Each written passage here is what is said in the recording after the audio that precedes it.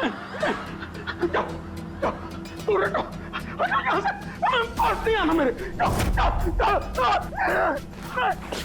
हटो, मुझे मार मत, मुझे मार मत, जाओ प्लीज जाओ।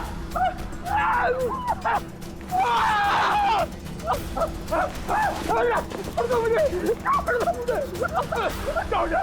मेरे पास मत आना, जाओ जाओ यहाँ से, मुझे मत मारो, छोड़ दो प्लीज, मुझे मत।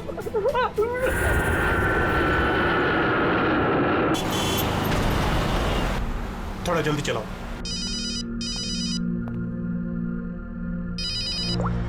हेलो, इसवी प्रद्युमन। सर एक खून हुआ है। खून हुआ? कौन बोल रहा है? शहर के मशहूर बिजनेसमैन जयंतीलाल जी का खून। जयंतीलाल जी का खून हुआ है? कौन बोल रहा है ये? देखिए सर, मैं कौन बोल रहा हूँ ये इंपॉर्टेंट नहीं है। इंपॉर्टेंट ये है कि सेठ जी का खून हुआ है और उनके घर वाले उनकी बॉडी को अंतिम संस्कार के लिए लेकर जा रहे हैं। देखिए सर, अगर बॉडी जल गई तो खूनी कभी नहीं पकड़ा जाएगा।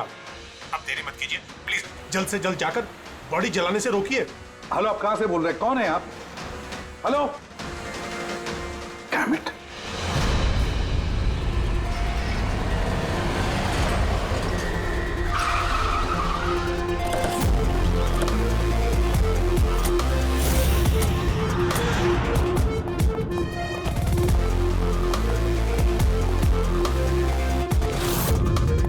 अरे कौन है आप लोग? ऐसे कैसे घर में अंदर आ रहे हैं? हम लोग सीआईडी से हैं। घर के सारे लोग कहाँ हैं? सर वो लोग तो साहब की बॉडी लेकर शमशान घाट गए हैं। शमशान घाट गए?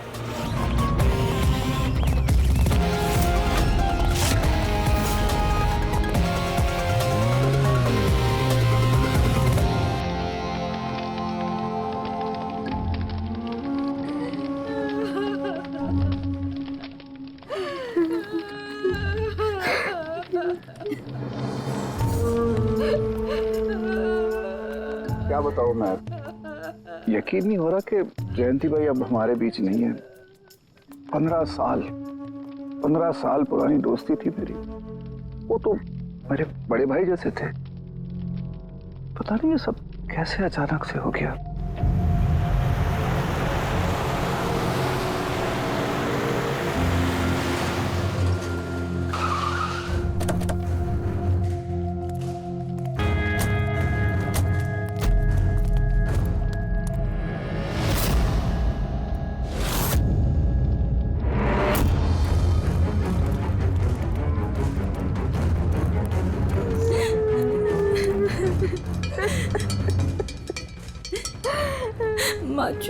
एक्सक्यूज मी,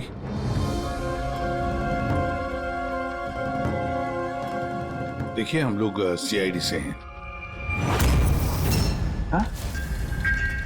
जयंतीलाल जी के परिवार वालों से मिलना चाहते हैं। मैं जयंतीलाल जी की पत्नी दीपा। दीपा जी, हमें पता है ये सही समय नहीं है पूछताछ करने की, मगर क्या करें? वो जयंतीलाल जी की मौत के बारे में हमें कुछ पूछताछ करनी है। पूछिए, क्या पूछना चाहते हैं आप लोग? आप सुशील जयंती, उनका बड़ा बेटा। सुशील जी, हमें खबर मिली है कि आपके पिता की मौत एक नेचुरल डेथ नहीं थी, उनकी हत्या हुई है। क्या? ये कैसे हो सकता है? I'm डॉक्टर सूरज, मैं जयंतीलाल का फैमिली डॉक्टर हूँ। मैंने ही कल रात उनको चेक करके उन्हें डेथ सर्टिफिकेट दिया था। He died a natural death। ये सही कह रहे हैं। जयंती भाई की मौत सभी घर वालों के सामने ही तो हुई थी, और इतने सालों से मेरा इस परिवार से रिश्ता है। वो लोग झूठ क्यों बोलेंगे? तो आप लोगों ने इतनी जल्दी में बॉडी क्यों जला दी? तो क्या ये भी गुनाह है? इतने महीनों से पिताजी बीमार थे, कितने इलाज किए, कितनी कोशिशें की, नहीं बचे वो। देखिए, हमें इंफॉर्मेशन मिली है कि जयंतीलाल जी की हत्या हुई है। क्या? हमने आपके पड़ोसी से भी पूछा, उन लोगों ने भी कल रात जयंतीलाल जी के चिल्लाने की आवाज सुनी थी। देखिए, पड़ोसियों ने जो कहा वो सही है, लेकिन उनको या आप लोगों को सही बात नहीं पता है। और वो सही बात क्या है? पिछले 3 महीने से डैडी की दिमागी हालत भी ठीक नहीं थी। वो ना सिर्फ लोगों को और बातों को भूलने लगे थे, बल्कि उनको हेल्यूसिनेशन यानी भ्रम हो गया था। गलत सही, सच झूठ का फर्क उनको समझ में नहीं आ रहा था। दौरे पड़ने लगे थे उनको लगने लगा था जैसे उनको कोई मारने वाला है। कल रात भी उनको ऐसा ही दौरा पड़ा था। अटैक इतना बड़ा था कि मुझे उन्हें बेहोशी का इंजेक्शन देना पड़ा और 2 घंटे बाद उनकी मौत हो गई। मैं आपको सारी डिटेल्स दे सकता हूँ, उनकी मेडिकल रिपोर्ट्स, मेडिकल हिस्ट्री, दवाइयाँ, सब कुछ दे सकता हूँ मैं आपको। हो गई तसल्ली आपको? अब हम अपना काम कर लें। इतनी जल्दी भी क्या है हेमंत? जरा सच तो सामने आ जाए।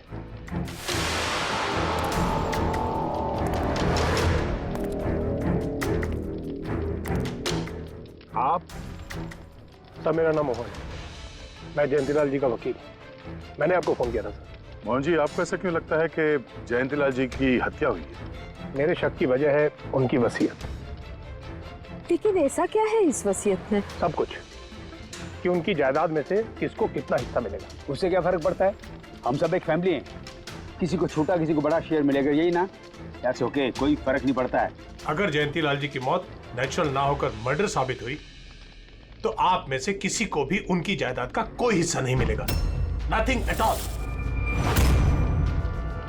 ऐसे कैसे हो सकता है? मुझे बराबर याद है कि 1 साल पहले उन्होंने मेरी सलाह लेकर ही ये वसीयत बनाई थी और उसमें तो ऐसा कुछ भी नहीं लिखा था। दीपा जी, 3 महीना पहले उन्होंने नई वसीयत बनवाई थी। ये क्या बोल रहे हैं आप? ये कैसे हो सकता है? ये सब कुछ बकवास है। अरे पिताजी आपको कब मिले? आप तो 3 महीने से हमारे घर पे आए नहीं और पिताजी भी 3 महीने से घर के बाहर निकले ही नहीं। तो फिर? हेमंत, वो खुद मेरे ऑफिस में आए थे 3 महीना पहले। दीपा जी, 3 महीना पहले उन्होंने नई वसीयत बनवाई थी। ये क्या बोल रहे हैं आप? ये कैसे हो सकता है? ये सब कुछ बकवास है। अरे पिताजी आपको कब मिले? आप तो 3 महीने से हमारे घर पे आए नहीं और पिताजी भी 3 महीने से घर के बाहर निकले ही नहीं। तो फिर? हेमंत, वो खुद मेरे ऑफिस में आए थे 3 महीना पहले। मैं अब जिंदा नहीं रहूंगा। आप क्या कह रहे हैं सर? कोई मेरी जान लेना चाहता है, मुझे मार डालेगा। सर, कैसी बात कर रहे हैं आप? कौन है जो आपको मारना चाहता है? कोई अपना, मेरे परिवार के सदस्यों में कोई है। मुझे पूरा यकीन है कि मैं अब चंद दिनों का मेहमान हूं। सर, कौन है वो? कहा ना, कोई अपना। क्या सोच रहे हो? पुलिस के पास जाऊं? यही कहना चाहते हो? सर, मैं पुलिस को खबर करूं? नहीं, पुलिस वाले भी अब मुझे पागल समझेंगे। तुम मेरा एक काम करो मोहन, मेरा वसीयतनामा बदल डालो। अगर मेरी मौत हो जाती है और मौत के बाद ये साबित होता है कि उसका कारण मेरा परिवार है, तो मेरा बिजनेस, मेरा पैसा, मेरा कुछ भी परिवार के किसी भी सदस्य के नाम नहीं होगा। सर, अगर परिवार के सदस्य को नहीं मिलेगा तो किसको मिलेगा?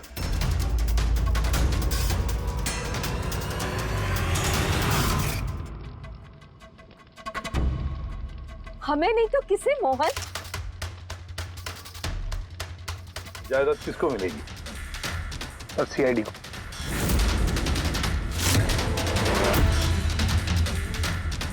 क्या बकवास कर रहे हैं आप? जी सर, अगर जयंतीलाल जी की मौत हत्या साबित होती है तो उनकी सारी जायदाद, जो कि लगभग 5000 करोड़ है, वो सीआईडी को और पुलिस वेलफेयर डिपार्टमेंट को मिलेगी। ये क्या मजाक कर रहे हैं आप? ऐसा कैसे हो सकता है? हो सकता है, अगर उनकी मौत हत्या साबित हुई तो। लेकिन उनकी तो हत्या हुई नहीं, हम वहीं तो थे।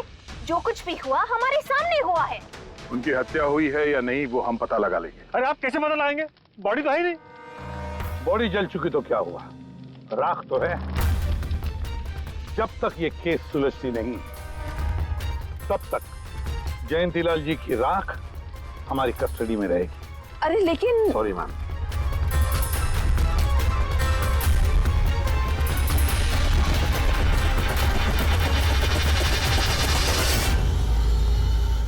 मोहन जी, सर जरा बताइए, क्या जयंतीलाल जी ने खुद आपसे कहा था कि उनके परिवार वालों में से कोई है जो उनकी जान लेना चाहता है? जी सर। क्यों? सर वजह तो पता नहीं, लेकिन उनको लगता था कि उनके घर वाले पैसों के लिए उनकी जान लेना चाहते हैं सर। बेटों से वो खुश भी नहीं थे। वो चाहते थे कि हेमंत और सुशील उनके साथ बिजनेस में हाथ बटाएं, उनके साथ बिजनेस करें, लेकिन ऐसा हुआ नहीं सर। ऐसा क्या हुआ? सर दोनों ने अपना अलग अलग बिजनेस शुरू किया, लेकिन उसे भी चला नहीं पाए। और हेमंत सर, वो तो एक नंबर का अय्याश निकला। उसने सेठ जी के सारे पैसे उड़ा दिए। सर बाप बेटे में हमेशा खटर पटर चलती रहती थी, कभी बनी नहीं बाप बेटे में। बनती नहीं थी, मगर हम बाप बेटे तो थे। मुझे पैसों की बहुत जरूरत थी, लेकिन इसका ये मतलब थोड़ी है कि मैं अपने पिता को ही मार दूंगा। मार भी सकते हो। आखिरकार दुनिया में आधे से ज्यादा गुनाह तो पैसों के लिए ही होते हैं। फिर तो सुशील भैया की वजह मुझसे बड़ी थी। उनका पिछला बिजनेस उन्होंने घाटे में बंद किया और अभी जो है वो नुकसान में चल रहा है। सर मार्केट का बहुत पैसा है उनके ऊपर, और डैडी भी इस बार सुशील भैया की मदद करने के लिए रेडी नहीं थे। सर मैं मानता हूं कि डैडी नाराज थे, नहीं दे रहे थे मुझे पैसे, पर मुझे ये भी पता है कि वो मुझे और मेरे परिवार को मरने के लिए नहीं छोड़ सकते थे।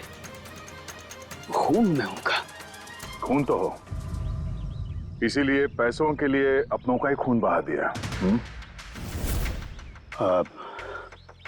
सर एक आइडिया है। क्या है कि अब जो हुआ सो हुआ, उसको बदला तो नहीं जा सकता ना, लेकिन इस सिचुएशन से अपना फायदा जरूर निकाल सकते हैं। क्या मतलब? वो सर आप ये मामला सुलझा दीजिए। मान लीजिए कि नेचुरल डेथ थी, अब वसीयत के हिसाब से पैसे सीआईडी और मुंबई पुलिस की जगह हमें मिलेंगे, जो उसके असली हकदार हैं। नहीं, आप लोगों का जो नुकसान हुआ होगा वो हम आपस में समझ लेंगे ना। सुशील जी, हर आदमी एक जैसा नहीं होता, और दोबारा ऐसे बात करने की गलती नहीं करना, समझे? तुम अपनी दादाजी से बहुत करीब थी ना? दादाजी मुझे बहुत प्यार करते थे। हम दोनों बेस्ट फ्रेंड्स के जैसे थे, एक दूसरे से सारी बातें शेयर करते थे। कभी दादाजी ने तुमसे कहा था कि उनकी जान को खतरा है, कोई उन्हें मारना चाहता है, ऐसे कभी कुछ कहा था उन्होंने? उन्हें हर किसी से डर लगता था। दादाजी सिर्फ मेरे पे विश्वास करते थे, बाकी उन्हें सबसे डर लगता था। तो उन्हें लगता था कि कोई उन्हें मार देगा। चलो दादू, अब हम खाना खाएंगे। क्या ये? चलो चलो चलो चलो दादू। मुझे वो सब लोग इसमें जहर मिला के मुझे मारना चाहते हैं। कौन मारना चाहता है दादू आपको?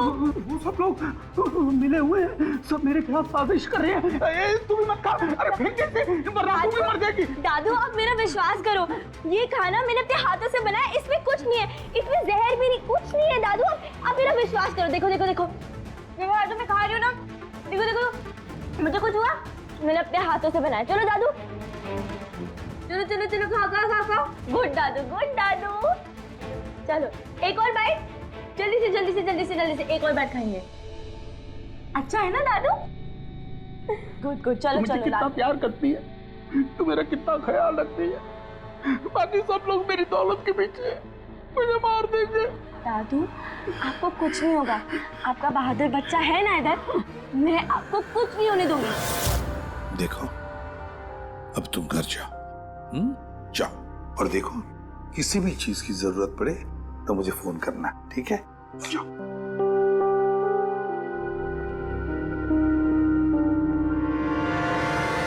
हाँ के बता, क्या निकला राख में से? बॉस, राख में से बड़ी जबरदस्त बात निकली है। हालांकि इस राख ने मुझे कम परेशान नहीं किया, लेकिन मैंने भी इसका मुंह खुलवा ही लिया। है ना? तो फिर बता दे यार। बताता हूं। तारिका। हाँ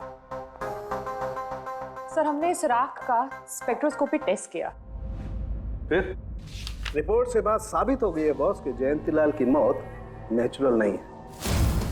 जयंतीलाल को मारा ही गया। क्या कहा तुमने? जयंतीलाल की मौत नेचुरल डेथ नहीं थी? नहीं। कैसे सामझे? कैसे मारा? लार्सनिक से। लार्सनिक? जयंतीलाल की राख में हमें लार्सनिक मिला है बॉस। राख में से लार्सेनिक? सर कुछ केमिकल्स और हेवी मेटल्स, धातु ऐसे होते हैं जो जलने पर भी नहीं खत्म होते। लार्सेनिक उनमें से एक है, इसलिए लाश के पूरी तरह जल जाने के बावजूद उसमें मौजूद लार्सेनिक जलाने और राख में ऐसे ही रहा। लेकिन एक बात समझ में नहीं आ रही है सामने कि अगर जयंतीलाल की मौत लार्सेनिक की वजह से हुई है तो फिर उसके फैमिली डॉक्टर सूरज को ये पता कैसे नहीं चला? पता कैसे नहीं चला? उसने नेचुरल डेथ का सर्टिफिकेट इश्यू किया ही कैसे और क्यों? बॉस, अगर लार्सनिक जैसा जहरीला केमिकल इंसान के शरीर में एक साथ बहुत ज्यादा मात्रा में पहुंचा दिया जाए तो इंसान की तुरंत मौत हो जाती है। लेकिन अगर यही जहर धीरे धीरे थोड़ी थोड़ी मात्रा में उसके शरीर में पहुंचाया जाए तो उसकी मौत एक साथ एकदम नहीं होती है। पहले उसकी याददाश्त जाती है, फिर उसे अजीब अजीब से सपने आने लगते हैं, उसे हेलुसिनेशन होने लगता है, भ्रम होने लगता है, फिर पागलपन के दौरे पड़ते हैं। और जयंतीलाल के साथ ये सब कुछ हो रहा था। लार्सनिक? जी हाँ, लार्सनिक। और इससे यह साबित हो गया कि जयंतीलाल जी की मौत बीमारी से नहीं बल्कि उनका खून किया गया। लेकिन ये किया किसने? वही पता करने हम लोग यहाँ हैं। अभिजीत, जयंतीलाल जी का कमरा चेक करना पड़ेगा। Okay sir.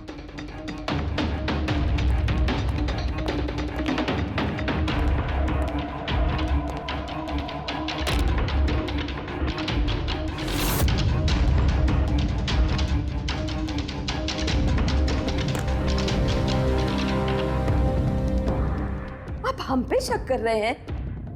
आपने ऐसे सोच भी कैसे लिया कि हम लोगों में से कोई ऐसी घिनौनी हरकत कर सकता है? ऐसा कुछ नहीं है माँ, ये सब इनकी चाल है। डैडी की प्रॉपर्टी इन्हें मिल जाए इसके लिए मनगढ़ंत कहानी बना रहे हैं ये लोग। बकवास मत करिए सुशील जी, दोबारा ऐसा बोला ना अंदर डाल दूंगा।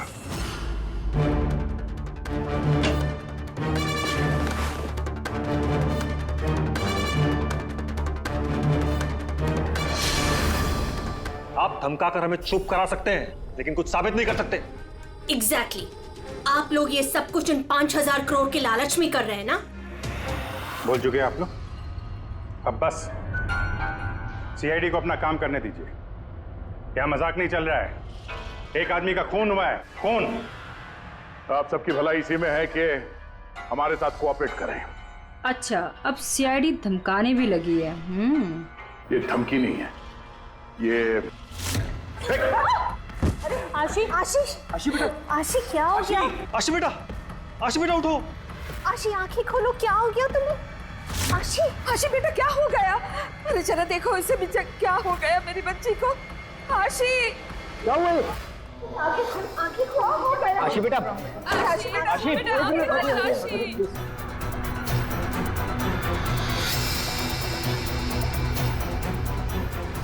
क्या हो गया आशी? आशी, इसे हॉस्पिटल ले जाना पड़ेगा फौरन। हाँ पंकज। क्या? माय गॉड, ये अच्छा ठीक है। क्या हुआ? ये डॉक्टर सूरज ने आशी के कुछ टेस्ट किए थे, पता चला कि उसके खून में भी लार्सेनिक है। लेकिन सर, लार्सेनिक आशी के खून में पहुंचा कैसे होगा? सर ऐसी कोई कॉमन चीज जो जयंतीलाल जी और आशी दोनों के कांटेक्ट में आई हो? खाना।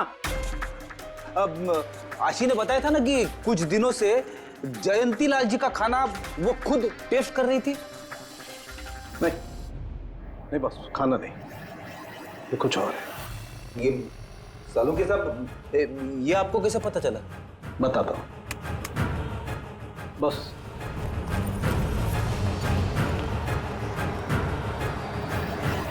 ये है वो बाल जो हमें जयंतीलाल के हेयर ब्रश में से मिला है। अब लार्सनिक तो अधिकतर नाखूनों में और बालों में ही जमा होता है।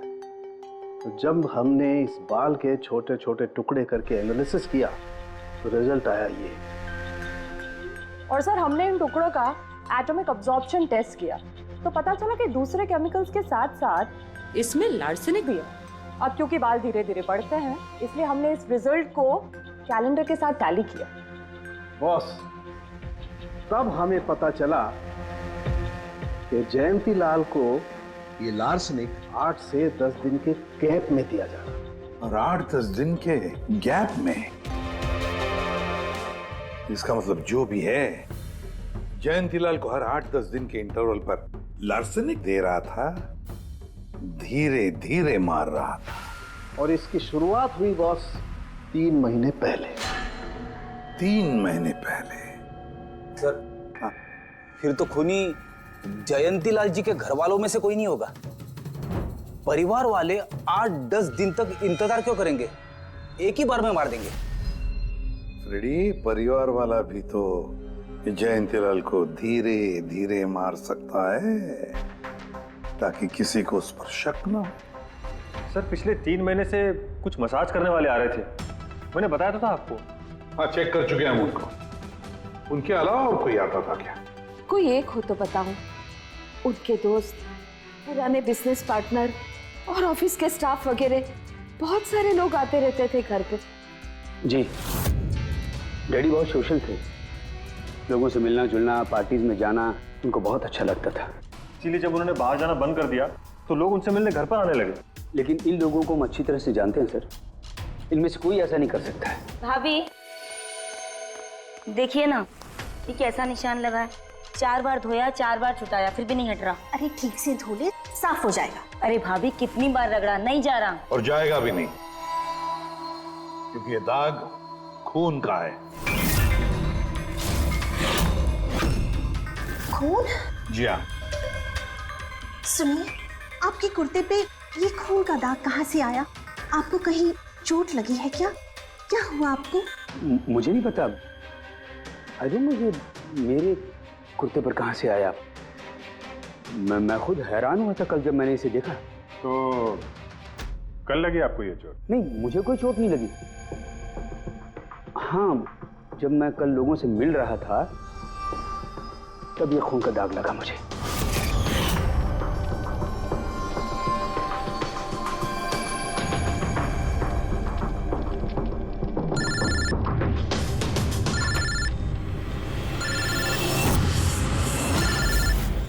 बिना चोट खून के धब्बे, अजीब बात है। वही तो। और कुछ हुआ था कल? कोई खास बात? नहीं सर, और कोई खास बात नहीं। साहब, एक बात अजीब हुई थी। क्या? कल सुबह मुझे गार्डन में कांच के कुछ टूटे हुए टुकड़े मिले थे। कांच के टूटे हुए टुकड़े? तो फिर? साहब, उन टुकड़ों में खून लगा हुआ था। क्या? कांच के टुकड़ों में खून लगा हुआ था? जी। कहाँ पर है वो? अब वो तो मैंने कचरे के डिब्बे में डाल दी। इस कुर्ते पे खून, कांच के टुकड़े पे खून। कहाँ देखे थे वो कांच के टुकड़े तुमने? ये देखिए, यहाँ पर मिले थे मुझे कांच के टुकड़े। यहाँ पर? जी।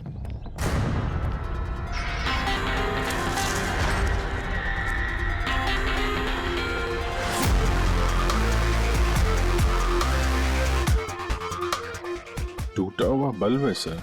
बल्ब का टुकड़ा मिला क्या उसको? काम करो अभिजीत, इस घर में जितनी भी लाइटें हैं, लैंप्स हैं, सब चेक करो। देखो कोई बल्ब गायब है क्या?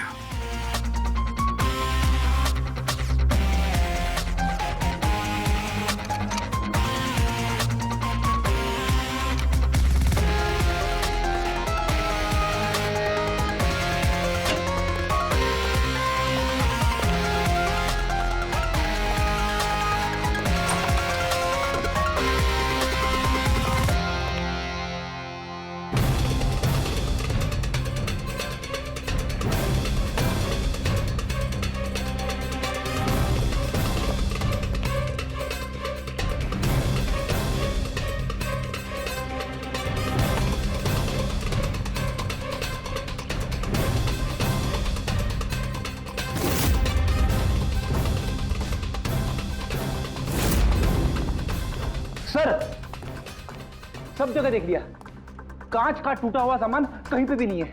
सर कुछ नहीं मिला।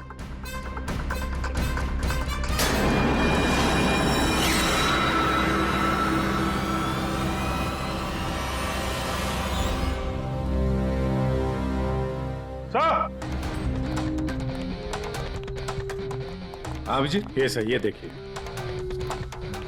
यहाँ का बल्ब गायब है।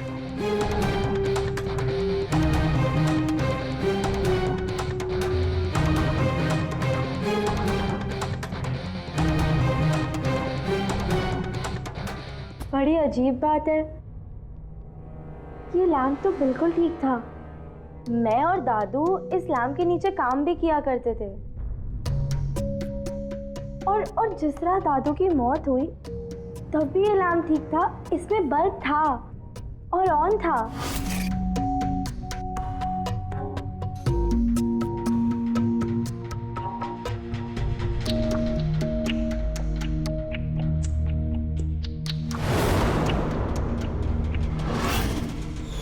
तो फिर इस लैम्प से बल्ब अचानक गायब कैसे हो गया? क्यों कविता? नहीं साहब, मुझे कुछ नहीं मालूम। ये बल्ब कैसे गायब हुआ, किसने निकाला, मैं कुछ नहीं जानती। लेकिन सर, ये बल्ब कोई गायब करेगा क्यों?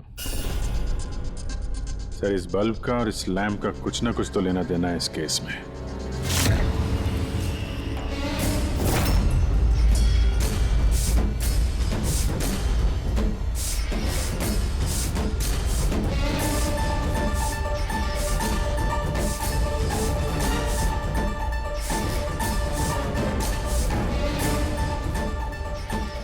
बॉस, ये धब्बे देख रहे हो? ये धब्बे लार्सनिक के हैं। लेकिन ये लार्सनिक के धब्बे पूरे लैंप पर कैसे है? बॉस, हुआ ये होगा, खूनी जयंतीलाल जी के घर पे आता होगा हर 8 या 10 दिन में। नमस्ते साहब। साहब ऊपर है अपने कमरे में।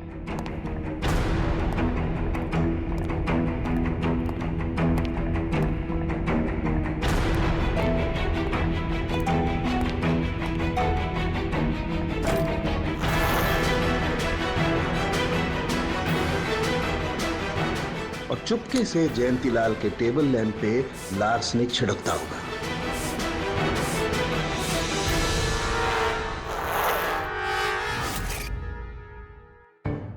शायद जयंतीलाल जी हमेशा इस टेबल पर बैठ करके काम किया करते थे।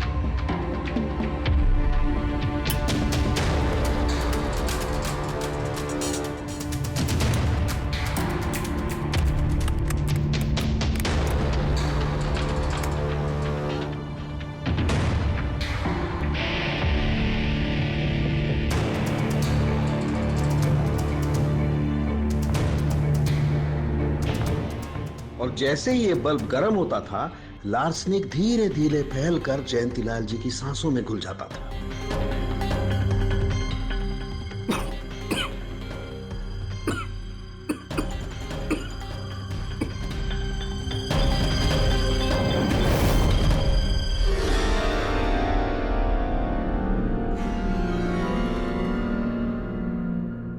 सालू के साथ आशी को लार्सेनिक का इतना असर क्यों नहीं हुआ? उसे लार्सनिक का इतना असर इसलिए नहीं हुआ फ्रेडी, क्योंकि वो यहाँ हमेशा नहीं रहती थी, कभी कभी आती थी अपने दादाजी के पास। यार, ये जो भी कोई है, इस जयंतीलाल के और घर वालों के करीब का ही कोई है, इसलिए वो जयंतीलाल की मौत के वक्त यहाँ मौजूद था। और मौत होने के बाद में सबूत मिटाने के लिए उसने उस लैंप में से वो बल्ब निकालकर अपने जेब में रख दिया होगा और फिर सभी घर वालों से मिलते वक्त सुशील जी को भी अपने गले लगा लिया। जैसे सुशील को उसने गले लगा लिया, उसके जेब में जो उसने बल्ब छुपा के रखा होगा वो फूट गया, जिसकी वजह से उसके कमर में जख्म भी हुई और उस जख्म से जो लहू निकला, जो खून निकला, वो सुशील के कपड़ों पर आया। मतलब सर खूनी घर वालों में से कोई होगा? नहीं फ्रेडी, घर वाला तो नहीं लगता, और घर वाला होता तो बल्ब जेब में रख के थोड़ी ना घूमता। ये तो कोई ऐसा आदमी है जिसके पास वही एक मौका था सबूत मिटाने का, वो चंद मिनट। घर वाला तो कभी भी निकाल लेता। सर उस दिन तो कितने लोग आए थे यहाँ, खूनी का पता कैसे चलेगा? सर उस दिन मीडिया के लोग भी आए थे, कौन आया कौन गया ये सब रिकॉर्ड तो किया ही होगा उन लोगों ने। तो चलो देख लेते हैं किस किस ने सुशील जी को गले लगाया था।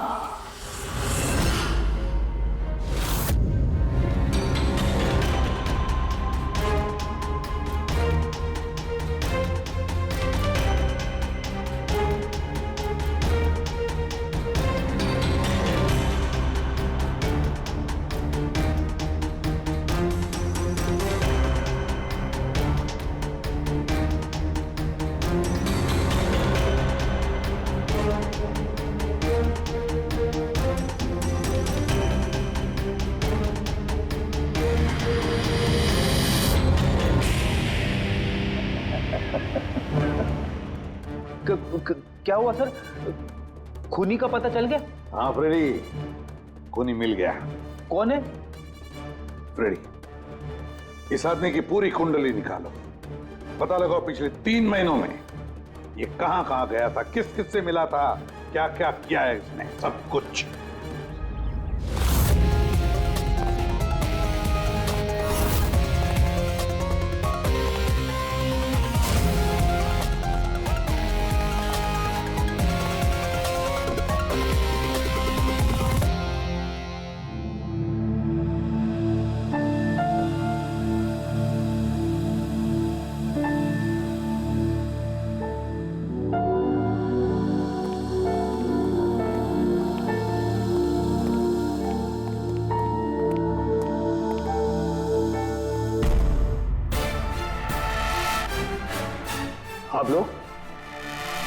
आप लोग फिर यहाँ हैं? खूनी का तो पता चला नहीं होगा, कुछ छानबीन रहेगी होगी। नहीं सुशील जी, कोई छानबीन नहीं बची है, खूनी का पता चल गया है और खूनी अभी इसी वक्त यहां हम सब के बीच मौजूद है। क्या? कौन है वो?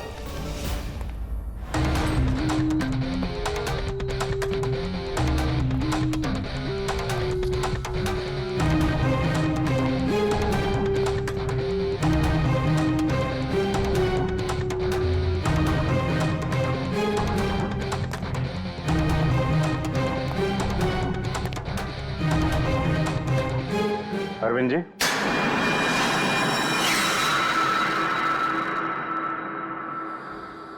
जरा उठेंगे आप? मैंने क्या किया? अरविंद जी, आपने क्या किया इसका तो पता हमने लगा ही लिया। बस अब आपके कारनामे हम आप ही के मुंह से सुनना चाहते हैं। क्या बकवास है ये? आप मुझ पर इल्जाम लगा रहे हैं। आपको क्या लगता है कि मैंने जयंती को मारा? अभिजीत, मौका मिला था, मान जाते तो सबके सामने कपड़े नहीं उतरते। जरा एक कुर्ता उठाना। क्यों? अरे उठाओ सर। क्यों?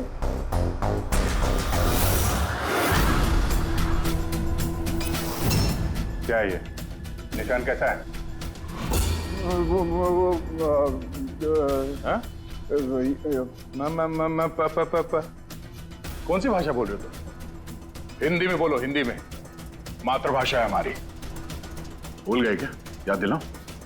हाँ? नहीं सर,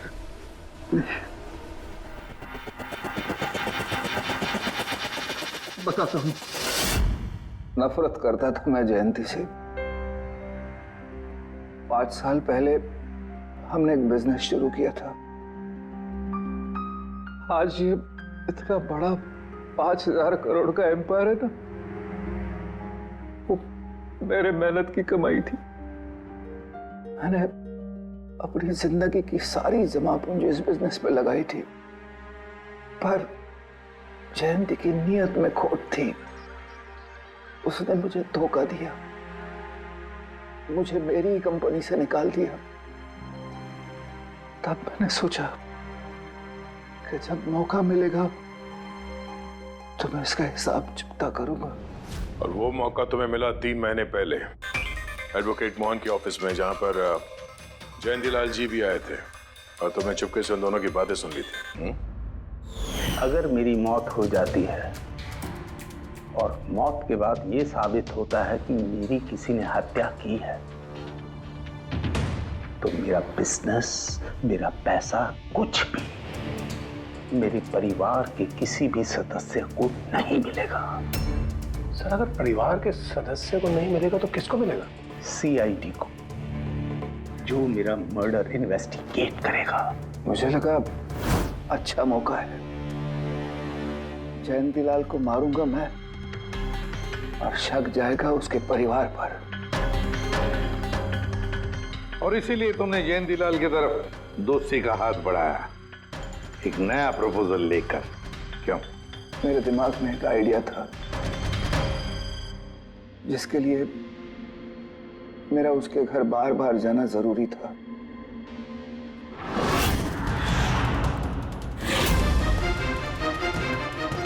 साहब ऊपर है अपने कमरे में।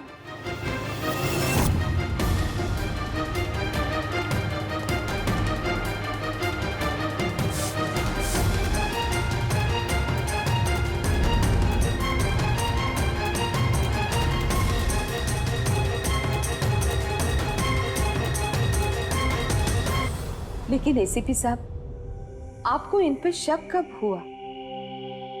दीपा जी, जयंतीलाल जी की अंत्येष्टि के दिन जो मीडिया कवरेज हुआ था, जो मीडिया वालों ने वीडियो फुटेज लिया था, उसकी मदद से जयंतीलाल जी की अंत्येष्टि के दिन घर के बाहर जो इन्होंने कुर्ता पहना था, शमशान भूमि पर वो कुर्ता बदल दिया गया था, क्योंकि उस पर खून जो लगा हुआ था।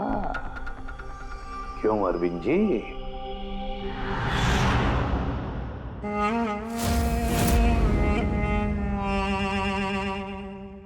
अरविंद जी, बदले की आग में तुमने जयंतीलाल का खून कर दिया। क्या मिला तुम्हें? कैसा सुख मिला? गलत किया तुमने, गलत किया। रेडी?